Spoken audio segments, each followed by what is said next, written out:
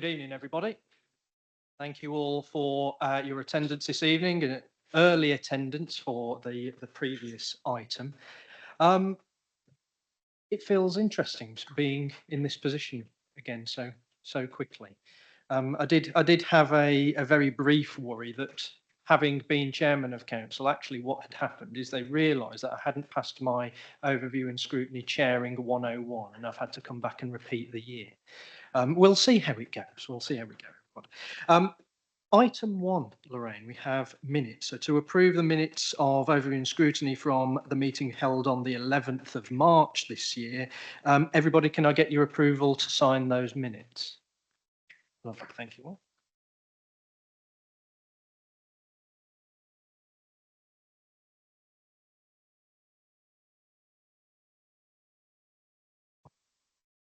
There we go, lovely. Thank you, everybody. Next, item 2, apologies, Lorraine. Thank you, Chairman. We've got apologies from Councillors Holmes, Jackson, Bond, Spruce and Wilson. Lovely, thank you. Members, do we have any declarations of interest this evening, bearing in mind the agenda? Nobody signalling, thank you. In which case we can move on to our substantive item this evening, item 4. We have guest speakers on flood and drainage issues.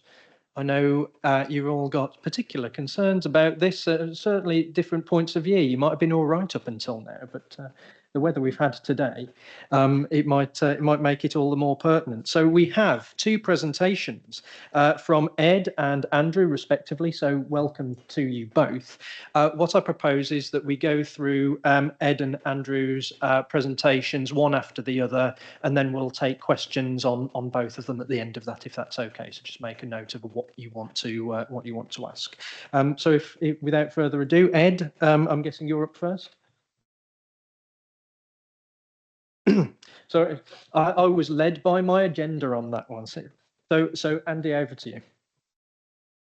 Thank you, Chair.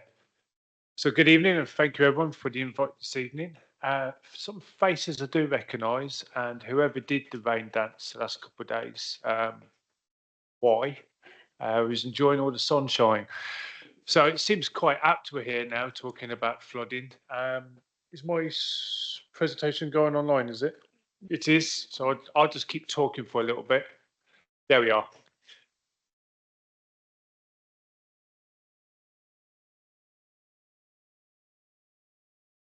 Excellent. So as you can see on the screen, I'm Andrew Brett, if you've not met me. I'm the South team leader for flood risk.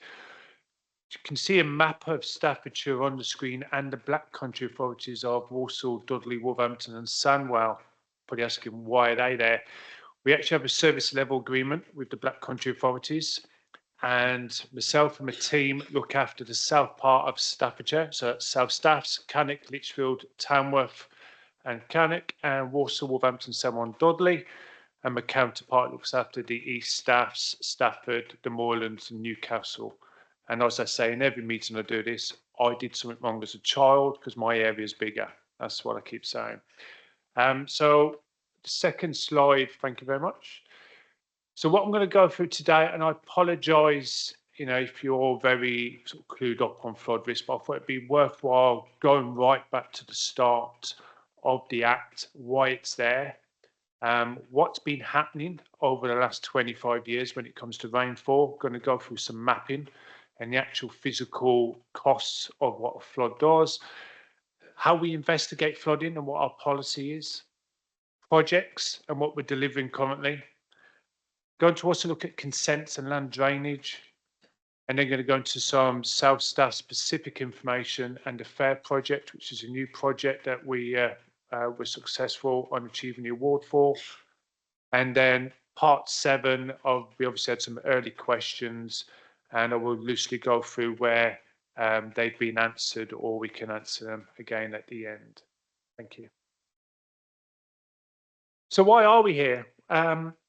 Well, if you can all cast your minds back in 2007, there was some significant rainfall within England. I'm going to just stand up. I'm 6'6", okay? And I always do this because I think it's a good way of explaining. Water was up to my nipples that day, okay?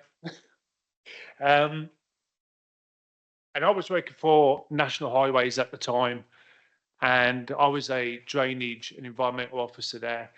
And I've never seen anything like it. So if you were out during them floods, Roy, were you around? Yeah. Yeah. It's something in our sector we all still refer back to. And during these floods, as it's mentioned on the screen, there was exceptional rainfall that fell. And everybody did their part. The Environment Agency, local authorities, police, fire brigade, everybody pitched in. But what happened was the government asked Sir Michael Pitt to do a review and wanted to understand what went well, what didn't go so well, and how can we improve for the future. Because of that report, we ended up with the Flood and Water Management Act 2010. Councils were then given approximately 3-4 years to come up with that service. And that services, as we see today, is the Lead Local Flood Authority. And the Lead Local Flood Authority for Staffordshire is Staffordshire County Council.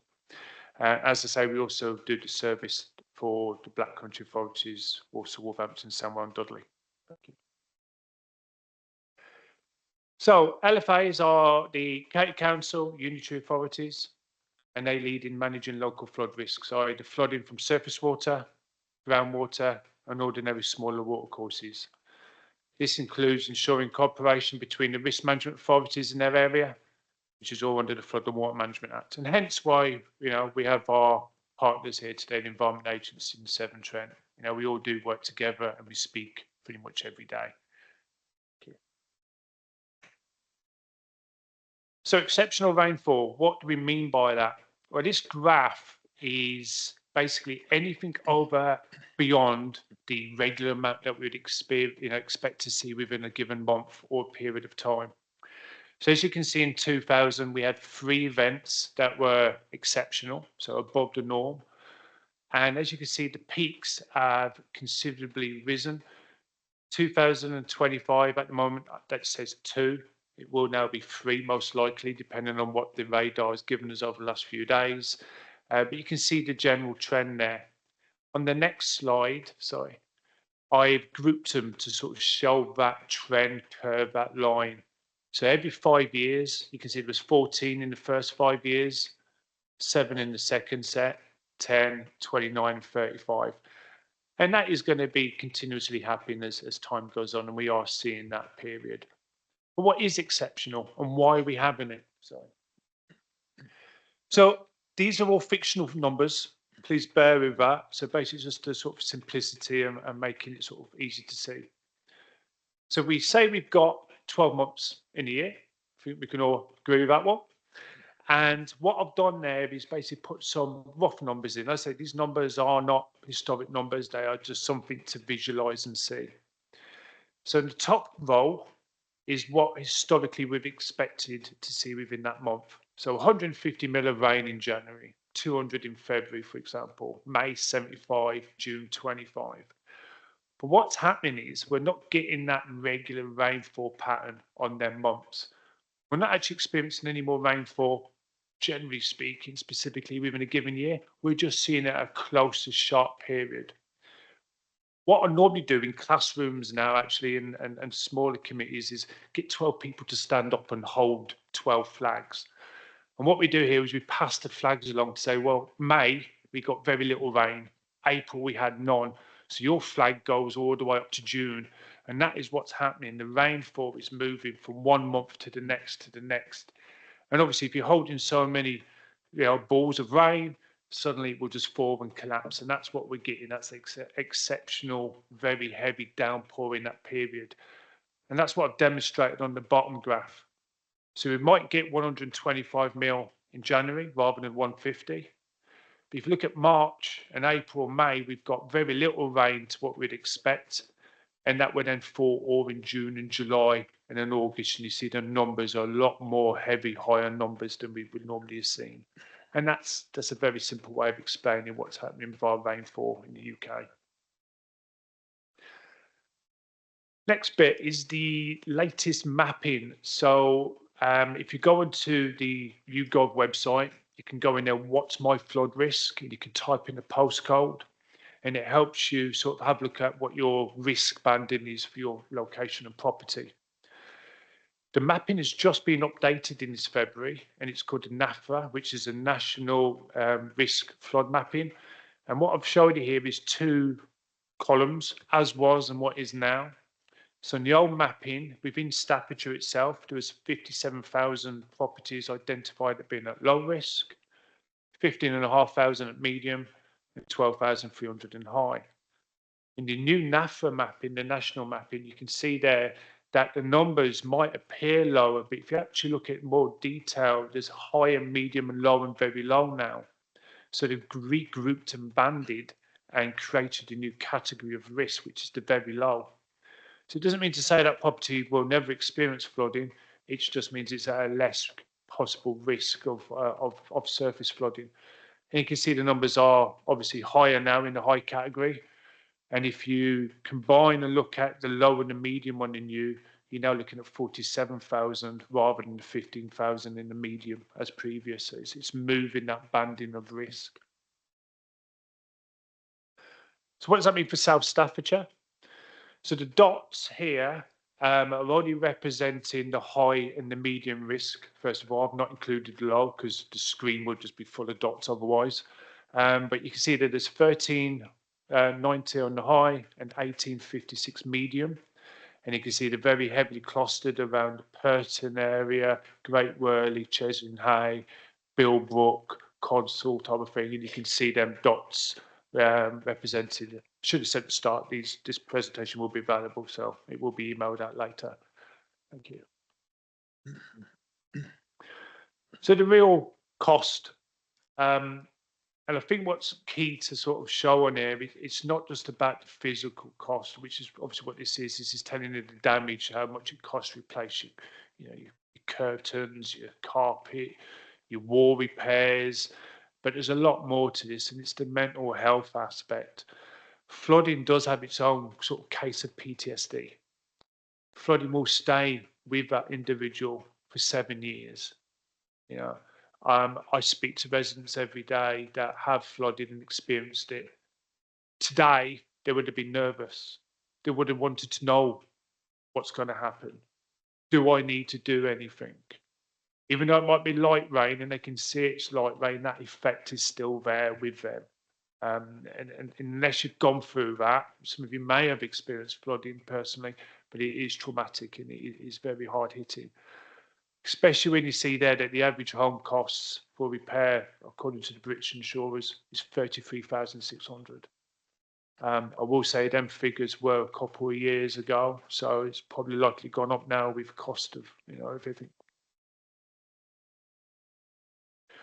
So what happens? So we've had the flood event, and Staffordshire has a policy where if we have 5 or more properties flooding, we will do what's called a Section 19. If that property has experienced flooding previously, we will still go and do a Section 19. Well, what's Section 19 actually mean? It means basically you'll get us coming out, having a look at what's happened and speaking to our partners within the RMAs to understand what assets they have in the area, what inspection regime have they done, how did the flood occur, how much rainfall actually fell. Now, this report doesn't say what can be done to fix it, but what it does, it starts that process at looking at what potential solutions and funding can we look at. The report won't mention that, but it just mentions the causes, who owns certain what assets, and what each risk management authority is doing to investigate the causes of the flood. But it gives us a starting point with the Environment Agency to go, look, we've had a Section 19 report. There is issues here. We're probably going to come and approach you now for some central government funding, which is via the flood granting aid. So how do we do these surveys? We have, with all sorts of technology now, it's very much more advanced. We have very quick access 1D modeling that we use now, which is using LiDAR data. We call it the glass approach. We can actually mimic what happens with rainfall, what would happen in that local area, and did that happen? So it's really good. We can go to the tablets, speak to the individuals, look at videos, photography, and run that scenario on the computer and analyze it and say, this is how the flow looked like it happened. Can you confirm this is true? And it just helps us later on actually design projects. Brand new CCTV technology. Before, cameras used to go out and it'd sit on a CD drive and go onto someone's desk. Now this is all online. It's all active on GIS mapping. You can click on a LiDAR, line data, and it would take you straight to that photo and imagery. We have new satellite technology now, new weather stations that have gone up. We've filled almost every black hole. You will not be further than 10 miles away from a weather station within Staffordshire. That's the amount of weather stations we've now got. We've got new CCTV operating on certain watercourses and river, and so does the Environment Agency. We've got sensors out there telling us now how much flow is going in watercourses. That would send triggers and alerts out. And we're building this up, which I'm going to show in a second, into community pages dedicated for that community. So where do we sit? Well, we actually sit within the Trent RFCC, so that's the Flood and Regional Coastal Committee. And obviously the EA sort of chair that, and then the other lead local flood authorities are part of the Trent. I actually am quite lucky. I sit on 2, so I also sit on English 7 and Y, because the bottom part of South Staffs and Wolverhampton and Dudley, some of that area sits in English 7 and Y, so we get a sort of quite a nice broad breadth of what's going on in different regions. And we get our funding via this mechanism, as you can see on the board. So we submit our project, on a national data set. It gets then funded if the business case is approved, and we can then start looking at delivering flood risk resilience measures. So where are we? So this is where we are now in 2025, and we are now doing our Babette and Henk recovery grants. So that's everybody that flooded during Storm Babette and Henk are now getting property level resilience. So that's going to be new flood doors, protective measures on their windows, non-return valves, and that's actually happening now. The survey's done. Festival Court, if you ever drive in Cannock, just had the phase 1 project completed, and you can see there's some others: Hyssop, Dunstan, Sutherland Road, obviously in Chesley and Hayes being done, Marsh Lane and Hampstall. But what's for the future? As you can see there, we've got Endon, we've got the Purton Penk project as well, which is part of works with Severn Trent. Great Whirley Brook, again, a Severn Trent led scheme. Am I allowed to say? Well, the funding's there anyway. It's about £5.5 million being spent on that. I was about to say, can I say the funding? I'll put it on the screen. Norton Brook, Brown Edge, and there's more. If you ever visit our depot at Lichfield, you can come look at my board, and there's projects now actually on that board up to 2037. You know, so we are sort of pre-programmed, looking forward. I don't mind saying this because I really do big up our team. We are the most proactive LFA in England, as far as I'm concerned, and the EA will back us up with that, the amount of projects we have and what we work with them. In the middle there, you see the amount of properties we're better to protect as well. So it's quite significant numbers, which means eventually the numbers at risk that you saw in the previous slide will start to come down once them defences are recognised. So as I mentioned, projects. So there's 245 properties protected today, and a further 748 there will be by 2031. Funding source at the moment is 3.1 million, and funding coming in is 10.8 million. Just a couple of little snapshots you can see here. Sutherland Road on the right hand side there with them red dots. That's the properties that were at significant risk. Again, project with Severn Trent and ourselves. Brand new trash screens going in. And that one at the top there is going to be new rain gardens in Cannock, which is an old 1960s commercial area that we're going to be retrofitting. And the first ever green bus stop going in as well in that location. It's got a bumblebee roof, so it can be done. Slide. Consents and drainage. So part of our statutory duties is also under the Land Drainage Act.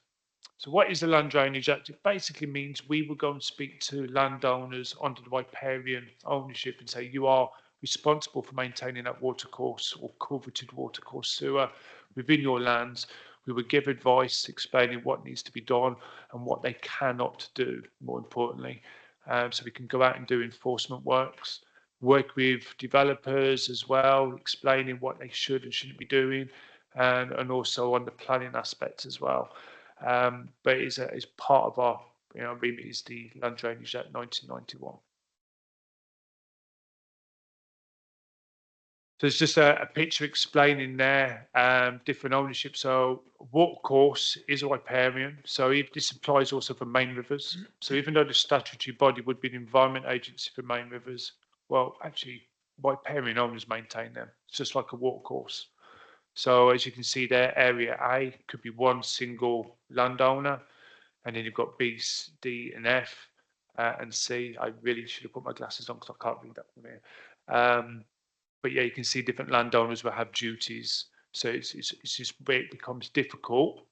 And that's why it's quite important for us to go out with letters explaining and do community talks, basically saying this is your responsibility.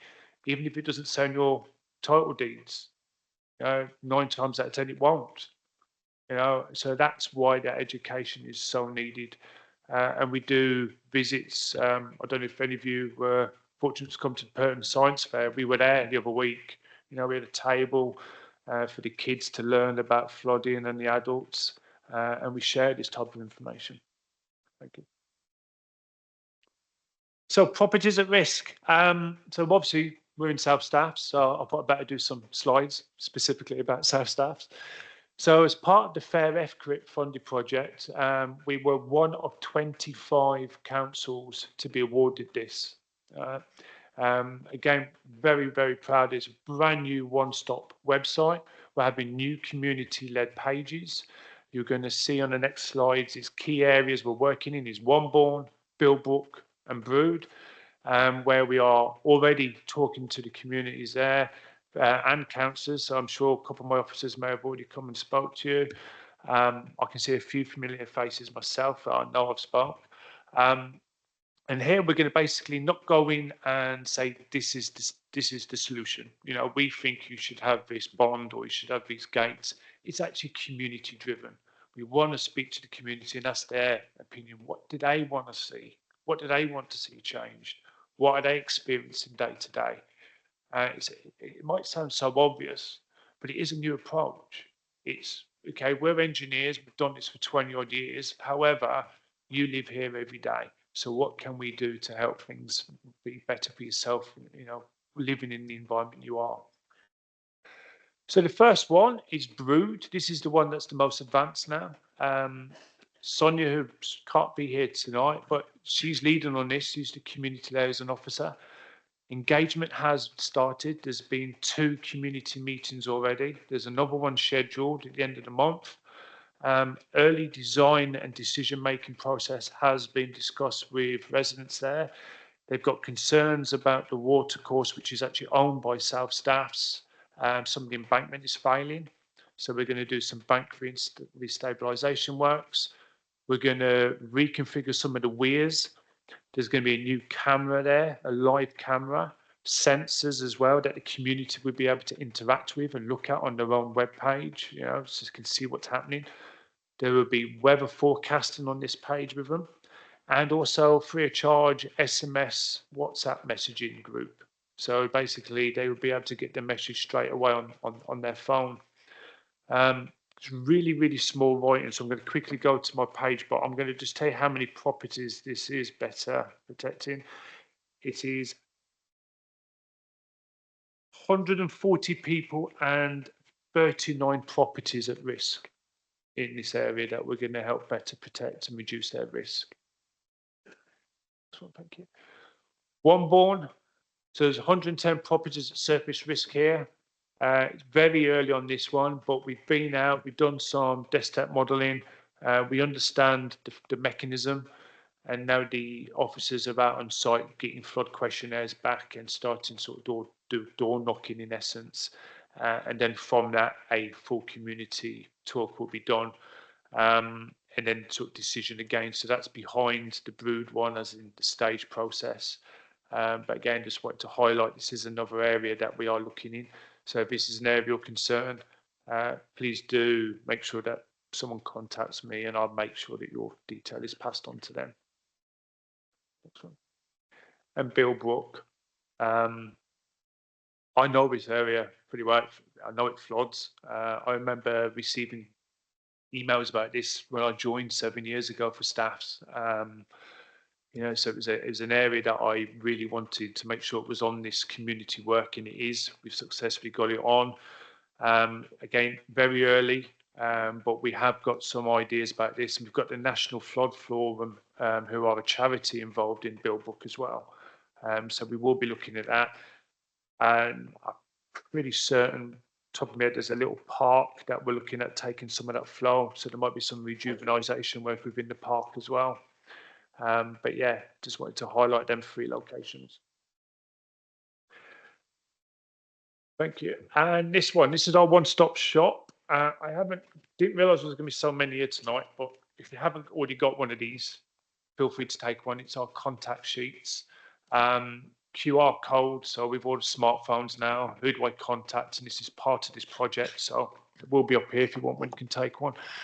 But basically this website, so if you do take anything away from my natter, please write down fairflood.org and visit it.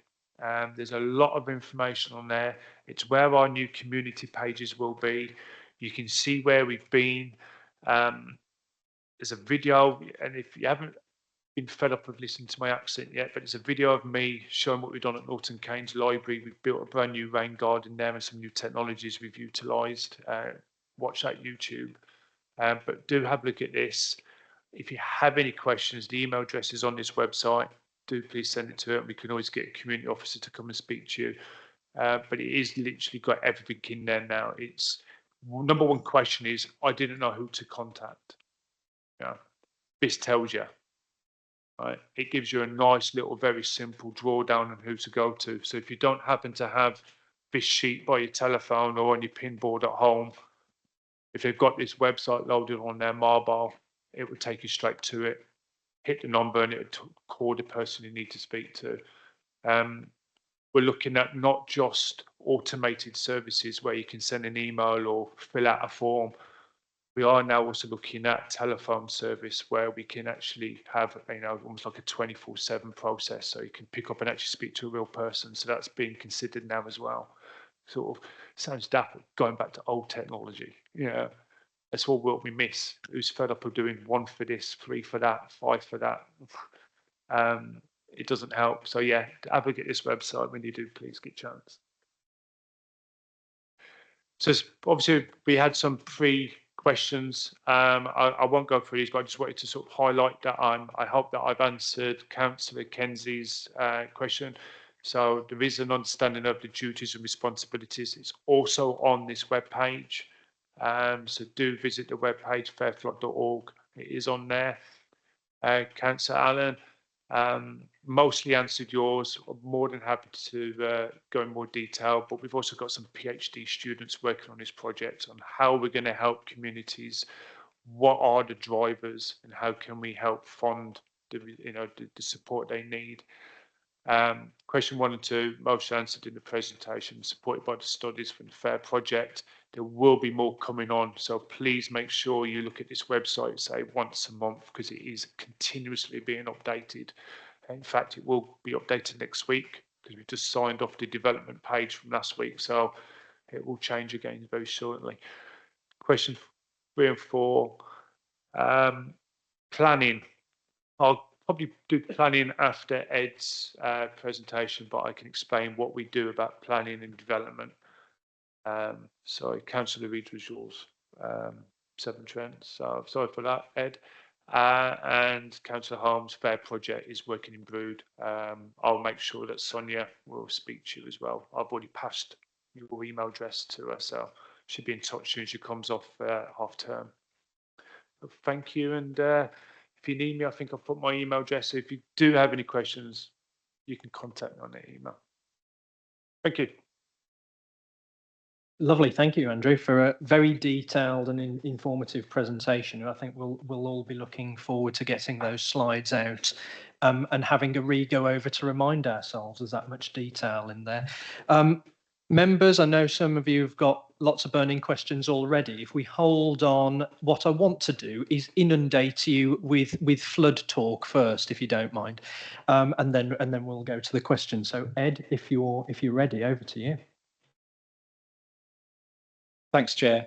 I haven't got as good as eyesight as Andrew, so I'm going to do mine mainly from the laptop. So my name's Ed Ruan. I'm the Senior Stakeholder Engagement Manager for Severn Trent. Moving on to the agenda, I'm just going to briefly give an overview of what Severn Trent does, and then just outline the flooding roles and responsibilities, and then just get to the sort of nub of the questions that we have been getting, which is really about how we're managing growth and development, and then we'll open it up for questions and answers. So basically, Severn Trent and the region that we cover, it's one of the largest 11 regulated water and wastewater companies in England and Wales. We provide services to about 4.5 million households, which is about 8 million customers. And that region stretches across the heart of the UK, as you know, so from as far from Bristol to the Humber and from Shropshire to the East Midlands. I won't go through the whole of the core services. As you know, we sort of collect the raw water in terms of cleaning the water, etc., and then the distribution. But obviously that doesn't apply here, so we're just responsible for the wastewater. In terms of outlining the flooding roles and responsibilities, I think this slide probably sets it out clearer for everyone in terms of what agency's responsible for what exactly. So as I say, Severn Trent is responsible for the sewer flooding. The local flood authority is surface water, groundwater and watercourses. The EA responsible for main rivers, reservoir flooding, and then you obviously have the Highways Agency, which is responsible for highway flooding.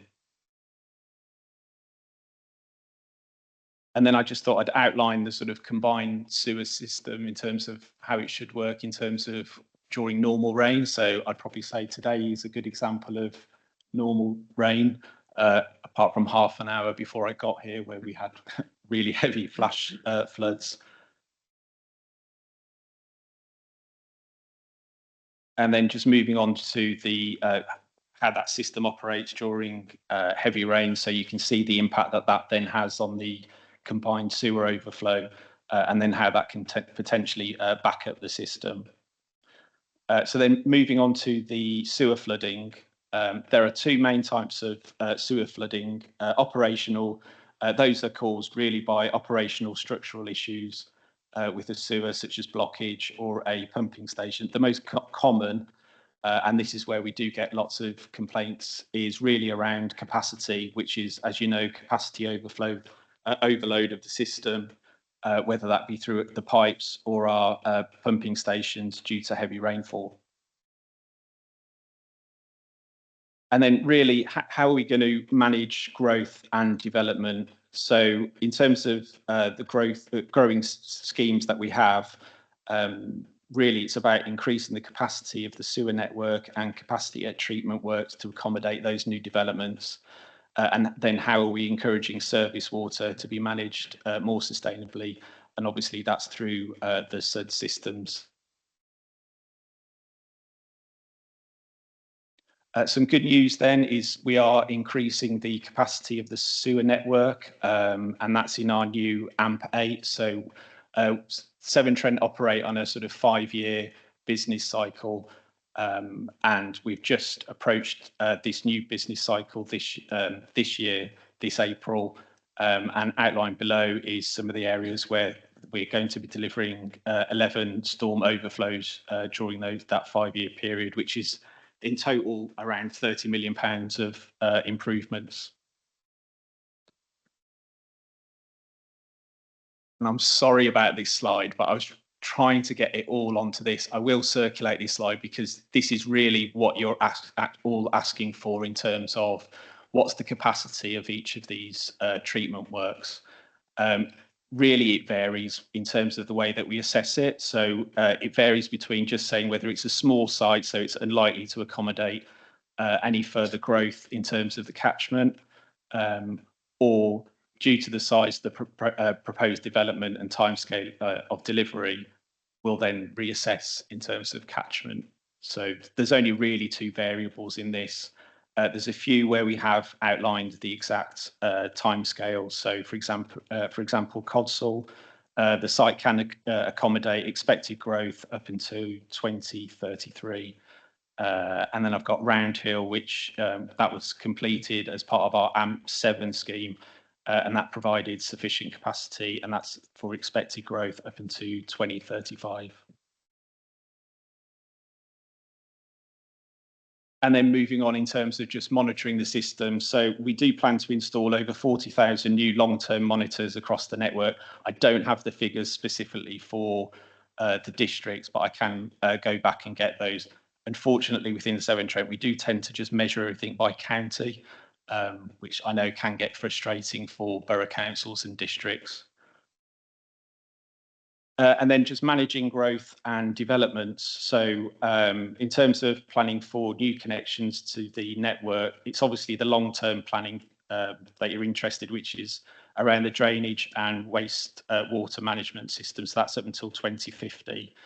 Then you have obviously the medium term, which is local plans, and then the sort of immediate, which is the pre-planning stage and the planning application. I'll be honest with you, a frustration from our part is that Severn Trent is not a statutory consultee, which, you know, in this day and age with flooding the way that it is, I would strongly argue we have lobbied government repeatedly over the years, so we do become a statutory consultee. If I can say it within these four walls, I think the way that the current government's going in terms of speeding up housing, I think we're probably not going to get that. And I think that's a real risk in terms of how do you expect to actually prevent the sort of continuing increases in flooding if you're not going to actually consult with water companies. So we can object, but if a developer does take that to a sort of judicial review, then our evidence isn't even counted. So more often than not, we don't really submit any sort of objections unless the local authority does contact us to say, actually, we really want you to support this in terms of objecting to this development. As you know, every household has the right to connect, and rightly so. And then in terms of reporting and responding to sewer flooding, this just outlines in terms of who to report this to. And then hopefully this video will play, but it's all dependent on the internet connection. So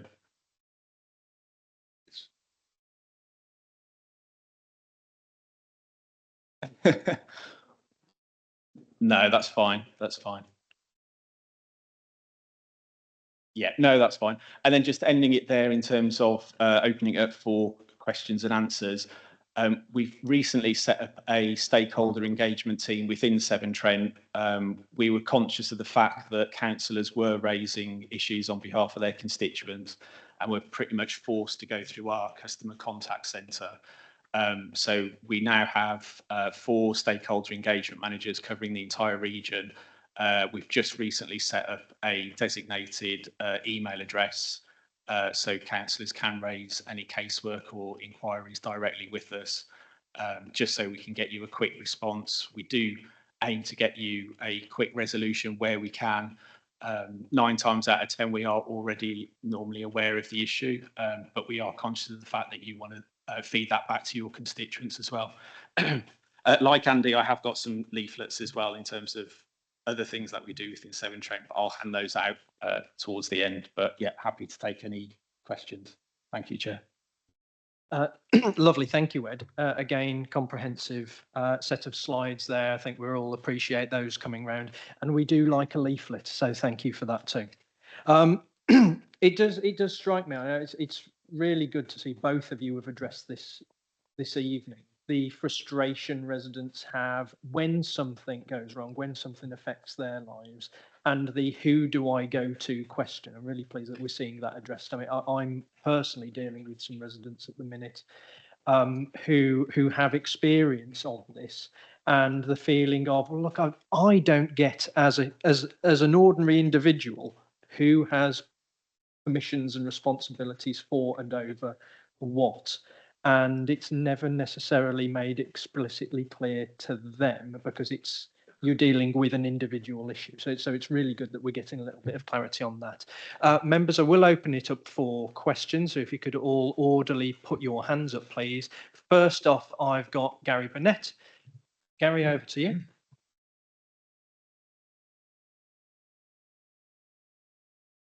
Sorry. No? Yes, that's working. Thank you, Mr. Chairman. Question for Andrew. You mentioned section 19, if more than 5 houses get flooded.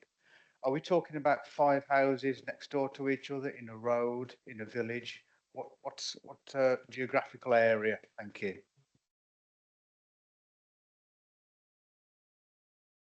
Yeah, so it's within the specific catchment of the flow. So if you've got a large road and that flow path is the same source, so even if there's 300, 400 meters between the two, let's say it's a very rural area, we would still take that in account. So if you look at very heavy urban settings, so let's say Great Worley, for example, there may be different sources of what's affected the property, so that may not trigger it. But we do have some leniency. So I know I wrote a Section 19 report for Great Worley and Cheshunt Hay from the 2018 flood. There wasn't 5 properties in each specific location. There was a few in areas which would have triggered it, but we actually wrote one for the whole of Great Worley and Cheshunt Hay because it was unfair. Why would you say no to someone over there, yet they were still involved in the same storm? So we've got some maneuverability. I know it doesn't really truly answer, but yeah, we've got ways of encouraging and moving that. And this year, as I mentioned previously, it took the amount of properties to trigger it again. Not the case now. If they previously flooded, and let's say just one house unfortunately floods in that street, it triggers it again if they previously flooded. Okay, so we've changed that policy. Lovely. Thank you very much for the answer there. Gary, that answer your question, satisfied with that? Lovely. Thank you. In that case, we'll move on to your colleague, your neighbour, Fiona.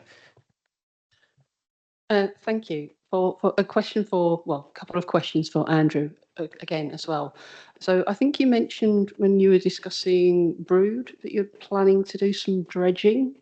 My understanding is that can often lead to, more flooding downstream. It increases the speed of the water, causes erosion, and detaches a river from its floodplain.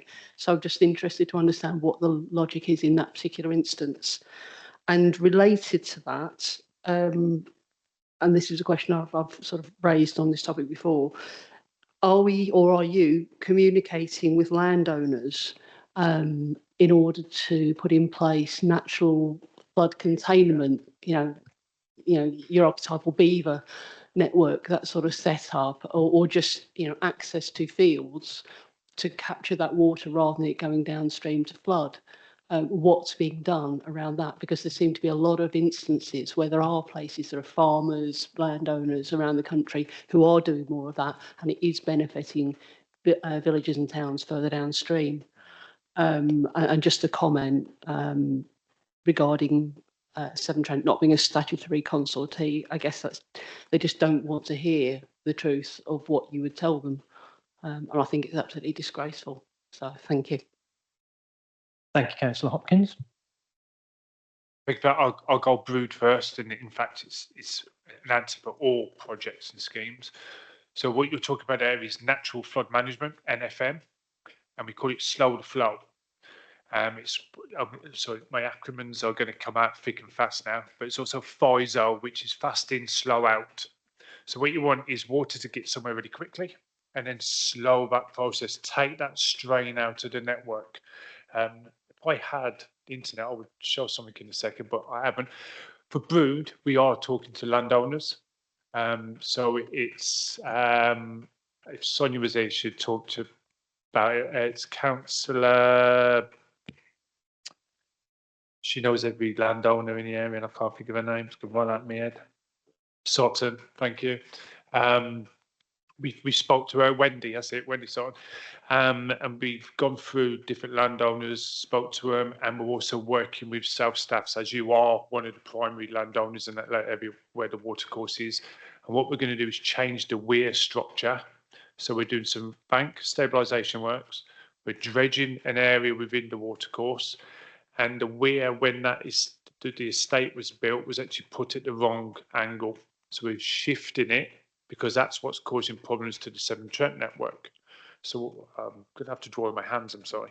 So the water comes down the watercourse and it flips up to road. The Severn Trent network's trying to come in.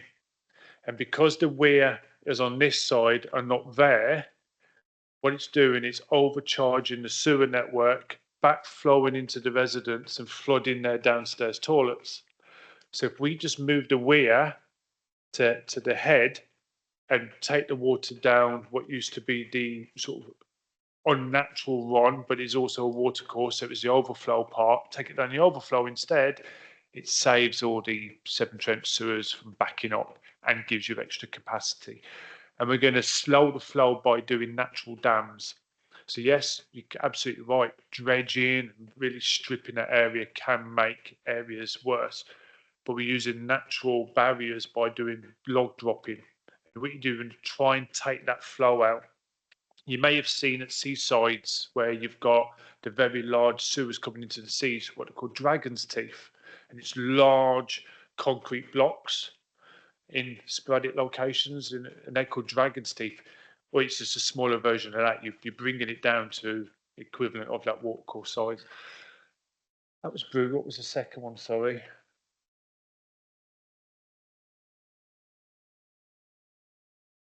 Yes, yeah, we absolutely do. That's why I loaded this table up. I was just loading the table, looked at the screen and go, why did I load that? We do work with them on different funds as well. So South Staff's water on here, but they've got what's called the Spring Scheme funding, and they work with farm owners to basically take water onto their land rather than and utilise it and reuse it in situations where they need to. You've got the Farming Protected Landscapes Fund, which is run by Staffordshire County Council.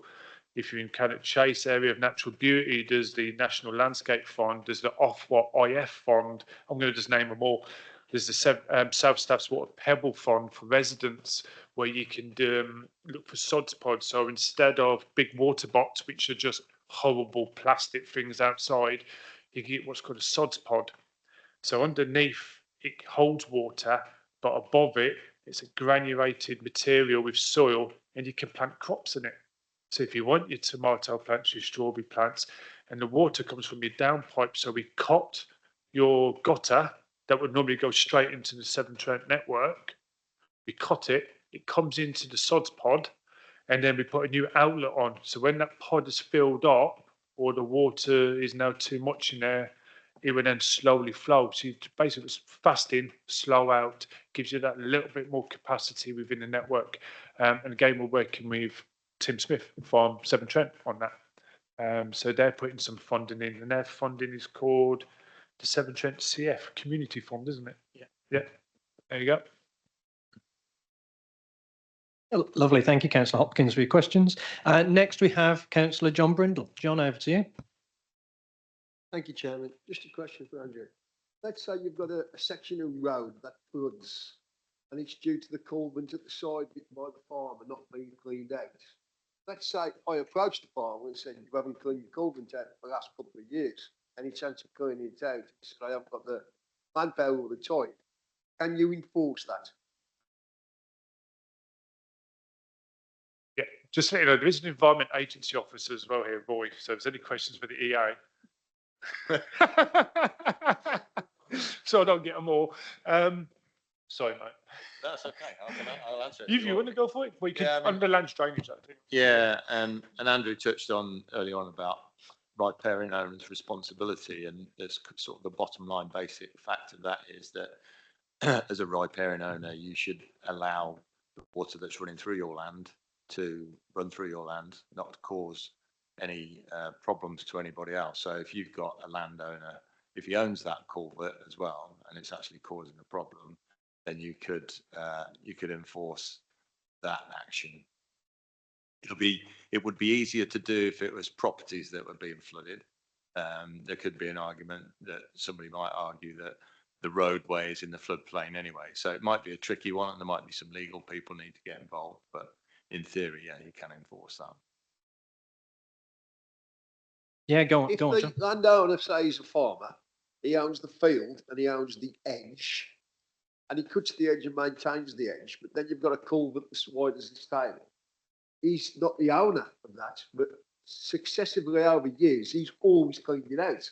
So where would you go if he isn't the owner of the culvert? Is it on? Do you want to try and type in Google Staffordshire County Council, do I own my ditch? There's a whole web page on it. And it's a lovely little drawing. If it'll work, then great. Basically, the county highways probably own 0.1% of the ditches next to a highway. They are always riparian adjacent landowners.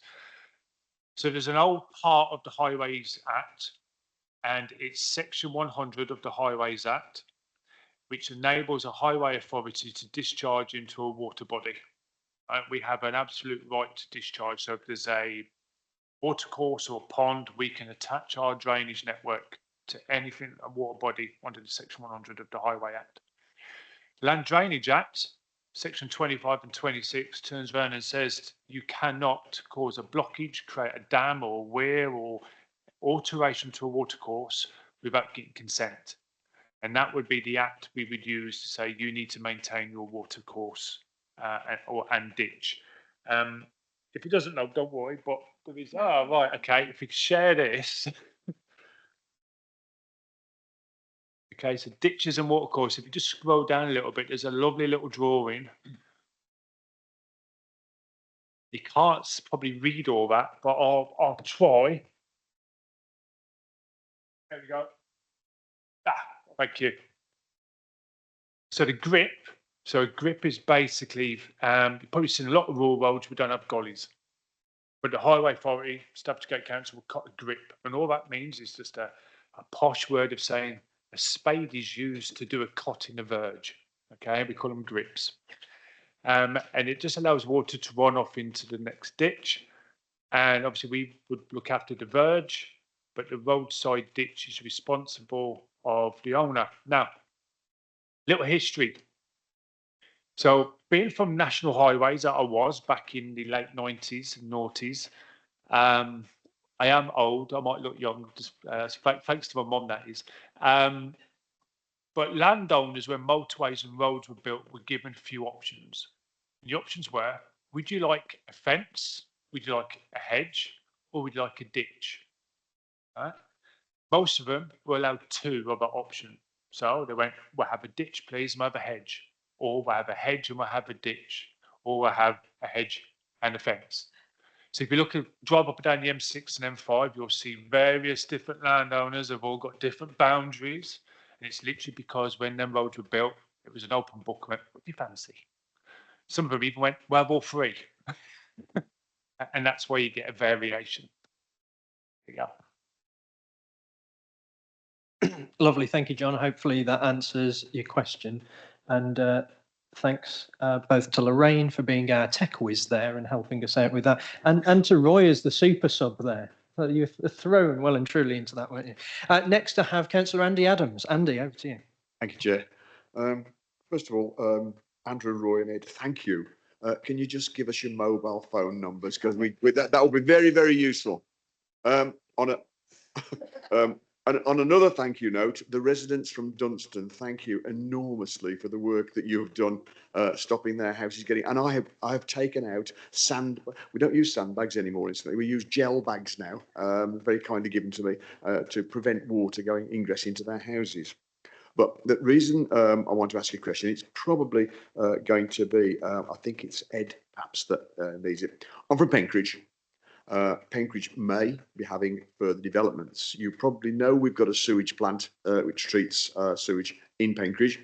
and there were issues raised about sewage going into the watercourses. I didn't realise that obviously when we saw the schematic, the rainwater comes down, that goes straight into the river. When it gets other parts, and it gets an overflow, then it does go in.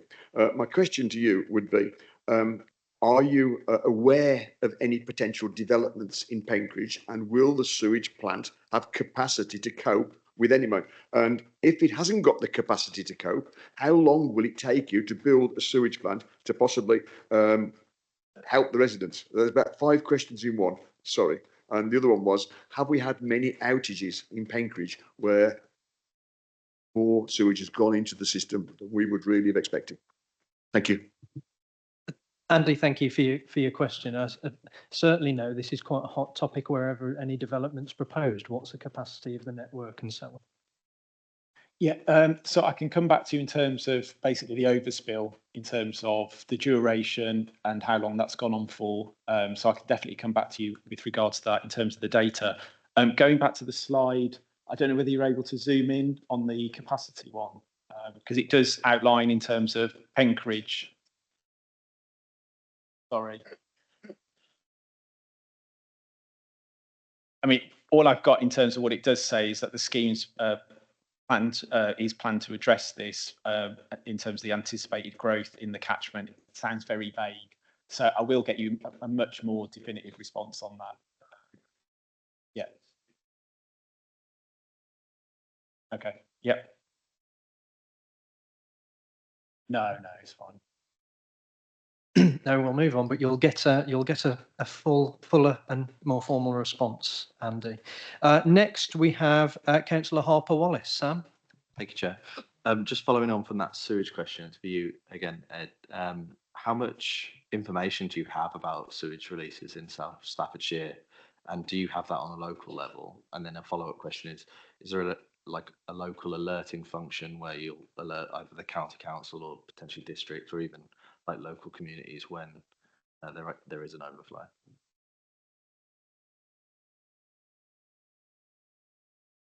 Have a storm overflow mapping system, and it's a live system, so you can see literally there and then in terms of what is overspilling and the duration that it's spilling.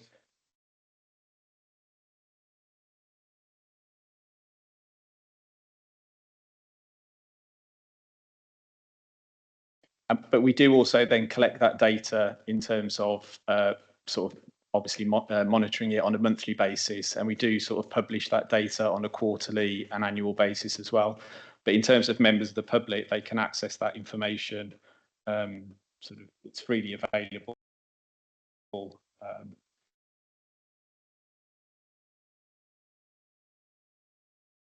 Have you got it?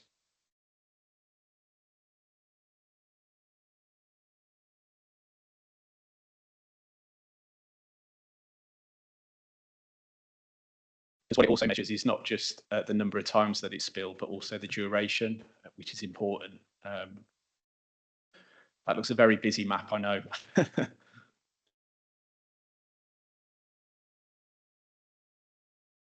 So yeah, if you wanted to give an area for specifics.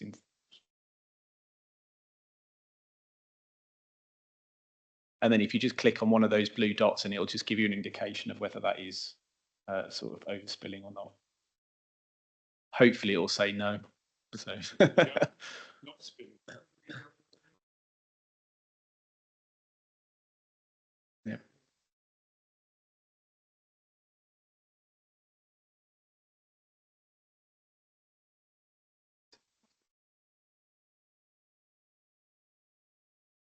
What do you usually?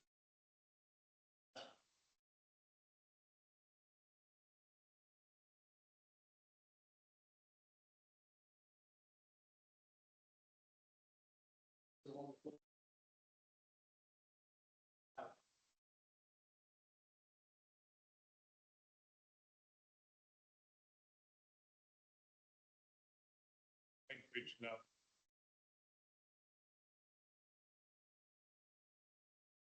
There's history on this, isn't there?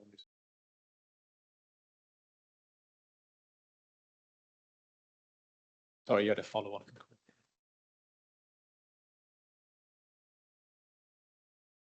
So that's really useful and helpful. That shows kind of, I guess, overflow of just general water out into the watercourses. Do you have any data on specifically if that overflow has led to sewage entering the watercourse? Sorry, so we've got that data as well in terms of CSOs, and I can get you that data. If there's anywhere specific, for example, that you're wanting it, I can supply that. Send you an email. Thank you. Lovely, thank you, Sam. And again, Ed, also thank you. Members, what I won't be doing is taking requests on this live map. I think you're all rightfully interested in it, but we can circulate the link to it, and you can do it in your own good time. Thank you all. Next, please do show of hands, everybody, if you've still got questions to ask. I've next got Warren Fisher. Thanks, Chairman. Obviously, I sent quite a few in advance, and I could probably take over this meeting for the next 20 minutes. So what I would like to do is speak to you all afterwards outside the meeting. And just now, just want to speak more generally in the fact that, obviously, Andrew, you spoke a lot of time about all these projects and things to slow water down. South Staffs is mainly rural farms and fields as it is now. But it's no secret that the new mandatory housing targets has trebled for our area. Now, that's going to massively change South Staffs over the next 10 years.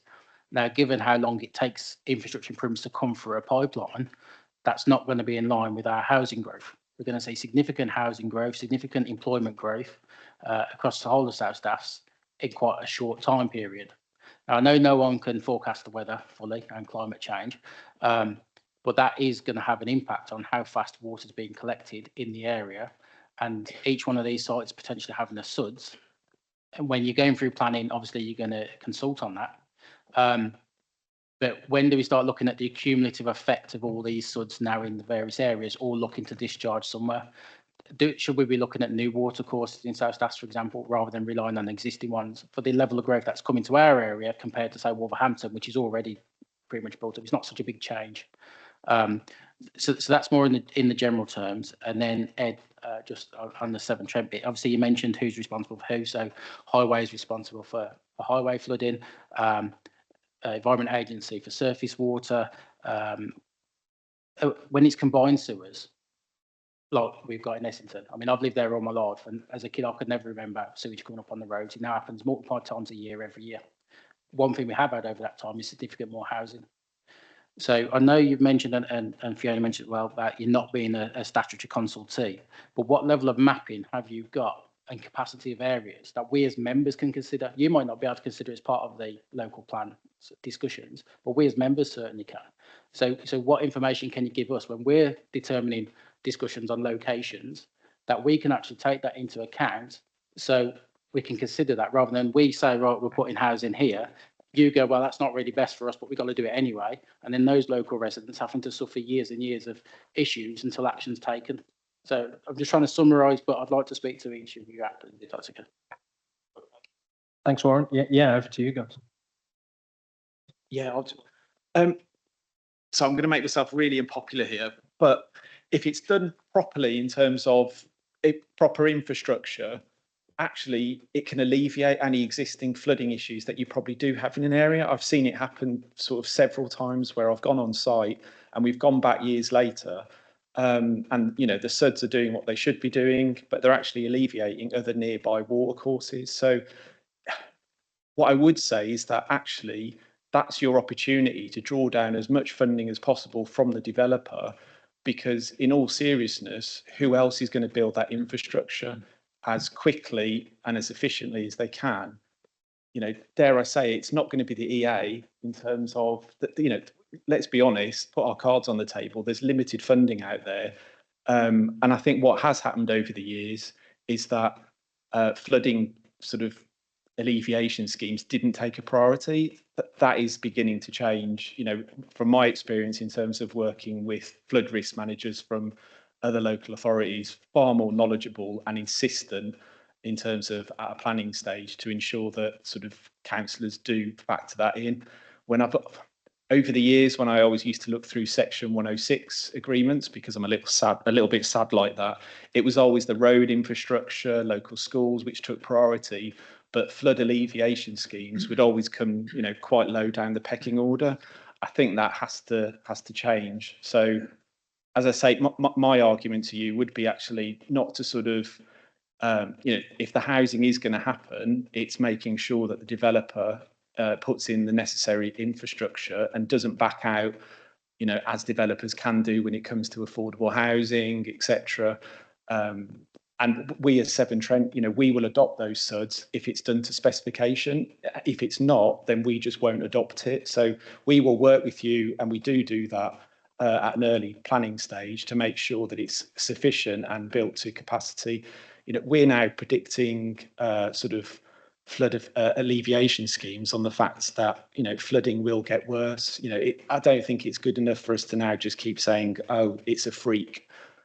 Because we know that these freak examples are more often and more frequent. So, we're forecasting in terms of what we're doing in the next 50 years, 60 years. That's what the plans are built on. But as I say, I think just objecting to housing and then getting it passed over to for a judicial review, you've then got no sort of control over what that developer does, because you've not put those constraints in at a local level. So if I was to plead with you as local decision makers, is to be insistent that if you are going to pass these housing schemes, that you're putting in the necessary infrastructure and not just sort of throw it out. But as I say, that's not for me to sort of say. I've got no sort of card. What's the phrase I'm trying to think of? I've got no skin in the game on this at all, but I see it far too often, particularly in the rural districts, where housing schemes are just kicked into the long grass. It goes to judicial review, the developer appeals, it goes through, but then there's very limited control around what infrastructure then happens, and you end up with a sort of, in effect, a developer's charter, because you haven't actually at a local level put in those constraints. Thank you, Chair. Oh, sorry, Warren, you want to come Yeah, back? I can just come back before I think Andrew was going to speak. But so I'm assuming from the graphs that the table you put on the screen, that there's a level of detail you can provide regarding capacities in areas. What I'm saying is would you be able to share that with us as members during our local plan exercise, so we can consider that when we're talking about locations of growth? Because you mentioned expectations of growth in some areas, but based on what figures? Was that figures a few years ago, where now it's tripled? So, that's going to have a big impact. So, yeah, just on that bit, what information you can share that we can consider during the local plan? Yeah, we definitely work with local authorities around the local plan, because obviously it's the scale of the developments. In terms of when it's the smaller developments, 30, 40 houses, we don't really get that involved. But in terms of when it's your overall local plan, most definitely. Lovely, thank you, guys. Anybody else wanted to come in on? I could just add to that as well. So I think, so from my point of view, we're probably dealing with historical development. That's a lot of the schemes that we're building now, is protecting houses that shouldn't have been built where they've been built, quite frankly. But it's too late to do anything about that. What we must make sure is that we don't make the same mistakes going forward in the future. And while we talk about SUDs, which is great, sustainable drainage, that's what we want from every site. So in theory, there shouldn't be a development that takes place that makes the flood risk any worse for anybody else. So you should have greenfield flow rates coming off there. My point would be, why wouldn't you try to get improvement over and above that? So building in storage areas, and we're working with a developer now in Stafford, looking at whether they can build in a flood storage area as part of their development. So apart from the SUDs just to deal with their own bit, there's no reason at all why you folk couldn't work with those developers and say, you can help us here in the long term, and actually go over and above what you need to do. And they're not, these can be amenity things, they could be very attractive things, but just that thought ahead of, before you sign the dotted line and your section 106 money goes to a school that never gets built or whatever, make sure that the money's spent where it should be spent. And as Ed says, there were some issues with sustainable drainage systems when they first came about, because they weren't being built to specification, but they're massively beneficial for the water companies, because that means that they're not having to deal with all that surface water in the combined sewers that they have to now. So anything that anybody can do to hold that water where it lands for as long as possible. And this was, going back to Andrew's point earlier on, for as long as possible is going to be a massive benefit. So we shouldn't think today that, it's going to be problems because we've got to build loads more houses. We think about it in a different way and make sure that the infrastructure and the sustainability of those sites is established now. There won't be somebody sitting here in 30 years' time saying, "Oh, we're having to sort out, all the problems that those people left us with." Thank you. And what we'll add on that is you've got in your planning policies BNG, net gain. They can work hand in hand with flood risk. So we have the 4 pillars of SODS. So it's amenity. I don't know why I do this because I always miss one. Amenity, biodiversity, water quantity, and water quality. Is that all 4? Yeah, I did all 4. So if you think about them pillars, they work beautifully with BNG. So it's coming up with, don't think about just a big pond anymore. Can we build swales through there? Can we build more tributaries within the development? That new playground that you're building, well, actually, could the playground be in a dip? And when it's needed, could that become the flood reservoir? Could it be extra capacity? There's things that can be done. Do we need to keep flushing our toilets? You're going to see, so I'm getting my soapbox now, but do we need to flush our toilets with drinking water? That's what we do. Go home, get a glass, put it in your toilet and flush it, you can drink it. Why are we doing that? Why are we not doing more enforcing grey water harvesting units within developments? Let's catch that rainwater and reuse it and flush our toilets with it. Now let's have communal tanks where people can basically have small pumps out of that and water your gardens when we needed 2 weeks ago, instead of draining all our water out the reservoir because we need to drink it. Change can be done. It's not expensive, but we need to put it into policy to force developers. That's the direction you've got to go. Sorry, soapbox, I've sat back down there. No, Andrew, I fully understand that. Absolutely. We are in danger of sort of like drifting into strategic planning here, aren't we? But all of these things are necessarily connected. I will stick to my list. I've got Robert Reid next, if that's okay, Gary. Councillor Reid. Thank you, Mr. Chairman. Yeah, I was rather alarmed when I heard Ed talk about not being able to have any say in planning, because this is only going to make matters worse. And the mere fact that we get, where I live in Lower Penn, I call it fast water. It rains in Wolverhampton and you get it in our fields before you've put your umbrella up. That's how fast it is, and it's eroding the banks. It's taking out trees. It's going around the back of the roots and it's bringing trees down. And then who's responsible for that? Not the people that put the water down there, it's the riparian owner. And I don't think that's a fair deal.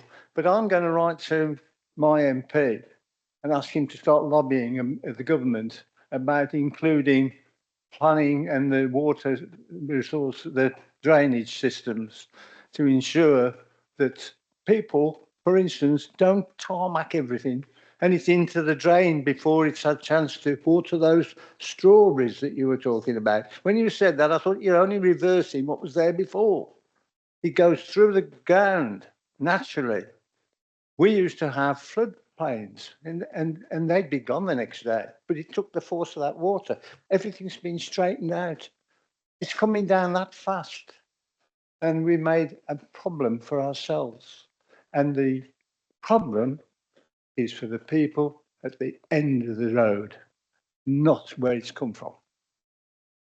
So I should be lobbying our MP.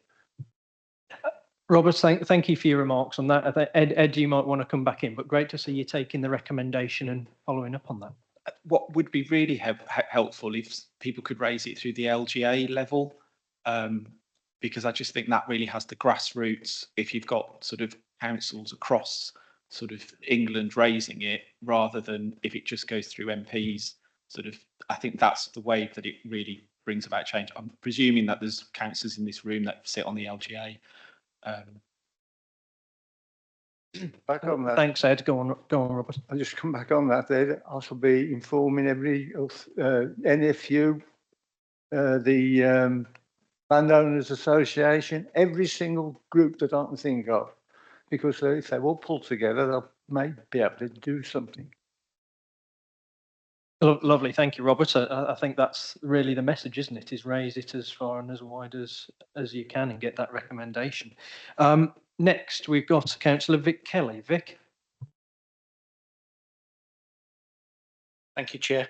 As part of the SPCA, I'll take this to NALC, as we have monthly meetings with NALC, so we'll do that on behalf of South Staffs.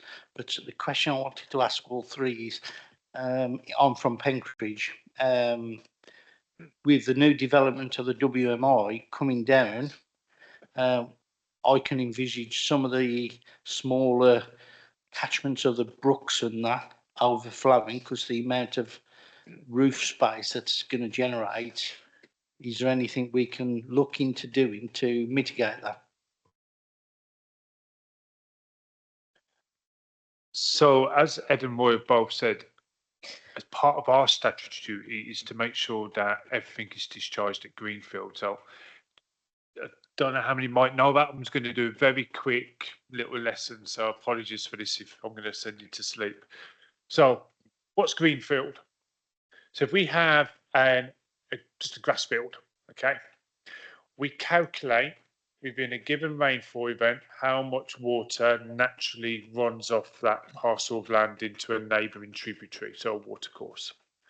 Of course, if you then develop, say, 3/4 of that land, you've then made impermeable area, and we all know that water will run off tarmacked areas much, much quicker than greenfield, right? So the grasses. What we work with developers here is to ensure that that doesn't happen. They must move that water that is on naturally now running at a faster rate into an area which is normally a pond or other sustainable drainage features. And the outlet from that pond must be either equal to or less than what the natural greenfield runoff rating. So as rightly Ed said, developments can actually give you a betterment if done right and working right. I can categorically say the WMI, we've worked with them all the way through, right from start to finish. We're upsizing certain culverts as well to get the water to the right location within the development. Colleague Adam, who's been working on it, there's multiple catchments everywhere within that they've got their own little separate outlets. The things that I'm more worried on a personal note is not these large developments. They've got to do it right. It's the smaller ones that sort of go under the radar slightly and can still have a detrimental effect. They're the ones that we've got to be working with. And some of the private developers are really good, but the stuff out there, I think someone mentioned about we must stop tarmacking all the drives. Councillor Allen's there. You saw our house at Purton Science Fair. We've got a house, a model. One side of it has got an impermeable drive, one's got a brick drive, one's got artificial grass, one's got real grass. And we've got little phrases on this house for the kids and adults to place the meaning behind it and what's more beneficial. And to me, it's getting that education out, getting the ground learned and building up. So we're going to schools, going to community halls and libraries and doing these talks. I know Severn Trent and EA do go to the communities and do these talks. Get that message done right. And hopefully the next generation and on will still have somewhere with water and be able to have somewhere to live. Thank you, Andrew. I think that kind of dealt with that. Where are you, Vic? Lost you for a moment. I think that kind of dealt with that. Members, just as hopefully we're coming to an end with this section, we do have the items on the agenda. I'll go through the final people on my list. But please try to keep your questions general. Any specifics, I'm sure, can be taken up by these guys after the fact. Is that okay, guys? We can deal with that via email, if that's okay, everybody. Next, we have Penny Allen. Councillor Allen. Thank you, and thank you for your answers, Andrew. Firstly, about the overflow from our sewage pumping station, which has a large amount of detritus in it, sanitary towels, wet wipes and other things that shouldn't be in the sewage system anyway. It flows into, unfortunately, a ditch adjacent to a public footpath. Is there an effective way in the pumping station itself or in its environs of taking these detritus out of this watercourse? Because people find it extremely upsetting going past this with children and the usual walkers, and occasionally it does overflow onto the path. So that's one question. Secondly, from our point of view in Purton, as you know, and having part of our land which was originally peat and is very easily waterlogged, is there any type of material, I know Andrew's addressed this in part, which would be more easily used by householders in order to alleviate difficulties in their gardens, which then comes into the houses from this type of soil underneath their homes? I think from my point of view, we're continually being asked for sandbags or jelly bags or whatever, but if there's a way of people taking the water from their garden and holding it in their garden, not in the house, I think a lot of house owners would like to know about that. Thank you. Thank you, Councillor Allen. Ed, are you happy to take that one? Sure. So this is the glamorous side. So I'm more than happy to give you a tour around a sewage treatment works, just to show how it works and how we do filter the water. Because I think what you're describing is basically once it's overflowed and, you know, once it's spilled, then it's game over. It will literally run and go anywhere. But yeah, I'd love to sort of provide members a tour of the nearest sort of sewage treatment works, just to give you an idea of the scale of it in terms of and how many processes that it does go through. In terms of what people now put down the toilet, you know, we do run a campaign in terms of the 3 Ps, which I now can't remember in terms of, but the amount of plastic that people now put down the toilet in terms of nappies, wet wipes, all sorts really. That's what we're really struggling with. You've also probably heard around the fatbergs in terms of people tipping oil, etc. We do run a water butt scheme, which we've just we piloted it last year. We only provided, I think, 800 free water butts across the region, which is, you know, a minuscule amount. We do also sell them at a discount on the website, etc. So there are sort of certain schemes that we're trying to encourage people to do. So yeah, that's just one. But yeah, in terms of offering a tour, I'm more than happy to do that. Lovely, thank you, Ed. And could I ask that that perhaps that be broadened out to anybody that's interested? I think there might be quite a little bit of uptake. Penny, did you want to come back quickly? Yeah. Thank you for that. I think it's quite distressing to see the amount of detritus that's in some of our watercourse. My final question really is about flooding, because we of highways and particularly movement between communities, because Pattingham, Codsall and Bilbrook, we frequently can't get between them now. This is a problem which I don't remember. I've been living in Purton since 1980. I don't remember it ever being as bad as this. And because the PENC doesn't have a defined watercourse in some areas, it makes it quite difficult for us to understand it. But a landowner took down a lot of willow trees adjacent to a pond, which actually has caused the water to congregate in Heathhouse Lane and Codsall. And I think, is there any redress in law or kind of ability to stop people actually damaging the water systems that do exist?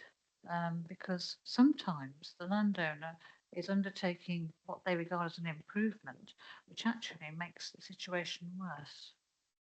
Thank you, Penny. Andrew? A few things there. I'm going to talk about trees very quickly. Sarah Bentley from Staffordshire County Environmental Team. if you see any trees that you think, oh, they look like they should be protected, or I'm questioning should they have been taken down, do drop Sarah an email or get in touch with me and I'll forward it on.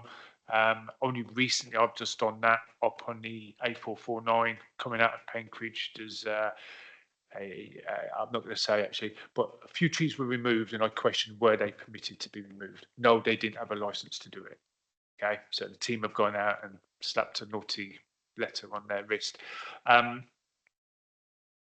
Quickly, obviously the water bots, we are again looking at doing the sods pods in Cannock. We will be putting out, so that's our pilot area, and we will be pushing out further. Areas where you can't get from one village to another. Really excited about this little project we're working on. And I know this isn't what everybody wants to hear, but we are going to have to live with flooding. It's not about removing it. We're going to have to learn how we live with it and how do we make life easy for our constituents of South Staffs. Eddingdale in Lichfield is going to be our new pilot area. It's going to be the first ever in England, this, and it's going to be automatic sensors that will send trigger alarms to mobile phones and a VMS sign. Now, what does that mean? Basically, we're going to have infrared in locations where it's prone to flood a highway. It will detect the depth of that water. It will send an alert to the community that have signed up for this, again, free of charge, to say X road out your village north is now submerged. But they haven't received a message for the road going south. We know that one's still open, okay? Because that's generally how flooding happens in villages. A mile and a half, there'd be the VMS sign, again, solar powered that we've set up, will come up, flood ahead, okay? As soon as that infrared no longer detects water, the VMS sign goes out. Well, why are we doing this? Well, actually, it takes a considerable amount of time to gear up crews with flood signs to keep driving around Staffordshire and we get a phone call to say a flood's road. How many here have driven down a road and it says flood and there is no flood, right? And the sign is still there 3 days, 4 days later. Well, if that was an automatic sign that got a signal from where the floods actually occur, there would have been no sign saying flood ahead. Believe it or not, it sounds so obvious, but this is we're going to be the first council doing this in England. All right, and we're going to do that in Eddingdale this year. We're going to be working with our partner called Swarco to do that. There's just lots of exciting things happening now. Okay, we are working with communities. So they're going to have dedicated community pages, and we're setting up. It's almost ready. If I had the laptop with it all, and I could show you, we can now do predicted modelling about the rainfall coming down to less than half a kilometre square, and how the rain's going to fall on that receptor. We call receptor units is the highway, the area it's going to flood. We can almost show now how it's going to act. You know, we can get that message out quicker. And that's what we find. If residents at least have 3 hours notice, they can act and do something, and we can help them come up with community plans. The old grab bags, you know, back in the sort of 60s when the nuclear siren was going to go off, you need to grab your bag and go down to the bunker type thing. That's exactly what this is. It's about what you should be having on you, and how you can actually act quicker. I've done enough talking to her, so yeah. Anyone else? No, lovely. Thank you, Andrew. I think, again, quite comprehensive and really interesting to get that level of detail on what do you call it? Sort of digital, using technology to actually combat some of this as well and support communities. Members, I've got 3 more questions showing on my sheet. Some of you just put your hands up as well to remind me. Thank you. So what I will do is I'll take those and then we'll end it there because we do have a little bit more business to go through, but very, very well scrutinised. So third, not last, Councillor Paul Harrison. Over to you, Paul. Thanks, Chairman. They've already answered my question, so thank you very much, gentlemen. Do appreciate it. Well, lovely. That was really quick, wasn't it? Fabulous. Thank you. Brevity, everybody. Next, we have Councillor Sue Duncan, and then final word to Gary Burnett. Sue, over to you. Could I just ask, I mean, years ago, and I'm going back years ago, they all used to dredge the canals, the rivers, so that the water had got room to actually go somewhere. Why did the water people stop dredging them? Because now it just goes everywhere. You know, it's got nowhere to funnel, and you're building on this plains. So even those have got, even the water's got nowhere to go there either. So wouldn't it be a good idea to go back dredging rivers and dredging canals so it has got space to go to? Sorry, that's my question. I'd like to know why it was stopped. Lovely, thank you, Sue. I can take that if you like. So it's a question that comes up time and time again, and if we had more time, I can draw you a little diagram to show you why dredging doesn't really work anymore. Because if you look at the extent of a floodplain, and you imagine the volume of material that you take out of a watercourse, it makes no difference at all in an actual flood. The only case where dredging might stand up is if you've got a very small man-made channel that's designed to take a certain capacity of water, and it needs to be that because there's no other place for that water to go. So you might find some of the small drainage ditches that are regularly dredged out because they're kind of engineered to that capacity. In terms of the canal network, it doesn't really feature an awful lot in the flooding world. There are certain places where water finds its way into the canal, but it's not, you know, by dredging the canals, it wouldn't alleviate anything. It's also really, really expensive, and every penny that we spend now has to be justified. You have to be positive cost benefit, and a lot of the dredged material that comes out the watercourses now is contaminated, so it has to go to special sites and all the rest of it. So, and you'll find that most places where if you dredge them today, you go back in 3 months' time and it'll be back again. So you're better off leaving the watercourse, which is a dynamic thing anyway, just leaving it to find its own way. But a lot of people do think that dredging is the answer, but unfortunately it's not. I'm going to do a really simple explanation about dredging. So, a bath. You're laying in the bath, pour water in, you keep the tap going. Eventually, that water will go to the overflow, you know, just above on the side, and it will come out. You get out the bath and still got the tap on, eventually it still come out the overflow. You are the silt and detritus. So the watercourse will always fill up to the point that it's got the outfall, and we call that inline. So the water, a watercourse or a pond is in line with that flow, it will always fill back up to the point of the outfall. So let's take Penkridge ponds or even Penk ponds, any ponds really on the Penk, they're all in line. And then if you clear it out overnight, the water comes and it just refill it back up to the same point that the water comes out. The time when you do dredge, as Roy rightly said, is purposely built balancing ponds for flood defence. So if you look at your housing estates now being built, they don't hold water because of attenuations. So you clear them out on a 3-yearly cycle to make sure they've still got the same capacity that they were designed for in the flood. As Roy said, it's much easier with a diagram, isn't it? Yeah, it's much easier. Lovely, thank you, guys. That was really informative because I think so many of us do have the same kind of assumption, really. Final question, final word, last but not least, Gary Burnett. Thank you, Chair. Thank you very much indeed. Question for Andrew. You mentioned earlier that small house builders, 30, 40 houses, might not always stick to the rules as per the drainage and water runoff. So who holds large companies to account? Let's say, for instance, in Bilbrook, there's a plan for up to 750 homes. Who's holding them to account to make sure that their plan is correct? And is it checked at stages, or is it just signed off at the end? Or do you have a continuous relationship throughout the term of the build with the actual builder? Thank you. How long have I got? Not long. Short answer, no, maybe sometimes. We all work with developers, even though Severn Trent aren't a statutory consultancy. We're happy to work with developers, and we do as a statutory consultancy. Short and curls of it, we get a plan. It says the right thing. It's got the right detail and it's got the right calculations. We go back to absolutely what we want to see. Yeah, there you go. Discharge. Go ahead and build it, or you may have already built it. Who goes and checks it? No one, because there is no Schedule 3. So there's no SAB. Right? Unlike Wales, there isn't here.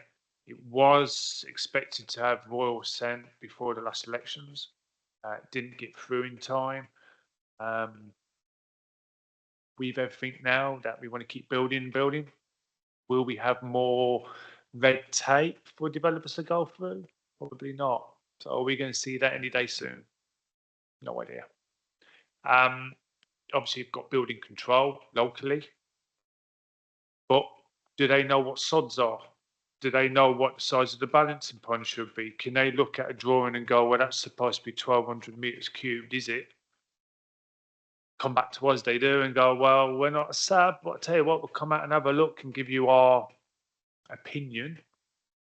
But once it's built, it's built. And that is the problem. And you can't really visually see, is that the right size or not the right size? Has the correct sluice been put in? Is the trash screen as it was meant to be designed put in? Yeah, it's hard. Which is why, personally, I think if you start seeing things on the surface, like multiple swales through a site, it's easier to manage and easier to see and easier to govern if it's done right. Every house has water harvesting. Every house has a water bot. At least you can actually see, does that house have the water bot? Rather than these things under the ground that you can't see. Lovely, thank you, Andrew. On that sobering point, really, so what are the limitations of statute? What can we hold people to? Gary, I'm shocked that you would suggest that we might have to hold developers to account for anything, but I don't know. Members, thank you so much for all of your questions there. You have ably scrutinised. There's lots of questions, lots of answers, lots of detail there that you're probably going to have to go away and think about and digest further. We could probably do this session 3 times over, in all fairness. So, gents, thank you so much for coming and speaking tonight. If you leave your details, if you leave the leaflets and everything, I'm sure everybody will take those, and you'll be inundated from us. Sorry, Jay. Please, if anybody does have a good relationship with libraries and you want us to come to community and do another talk like this, just please email us. We're more than willing to come and be educated. Not a problem at all. Just email and we'll come do an evening talk or whatever. I was at Hensford Town Council last Saturday. We can even come out on Saturdays if you want us to. Thank you. Yeah, sorry. Lovely, and I mean that's enough for everybody. So please do take them up on it. Thank you again, guys. Thank you so much for your time this evening. That moves us on to now item 5, the outcome report for the 2024-25 member working groups and topic confirmation. So I will pass over for the report that is in your packs, items 3 to 8. Are there any members, are there any chairmen of those working groups who would like to speak on their report? Nobody signalling, thank you. Oh, sorry, Councillor Adams. Sorry, Chair. Our group is ongoing. We've got another meeting quite shortly with Andy Hoare to follow up. For those members that are in this group, we need you to go away. It is mentioned on the agenda that we want you to go away and give us some of your experiences for artificial intelligence. Thank you. Lovely, thank you, Councillor Adams. Anybody else? Any other chairs? No?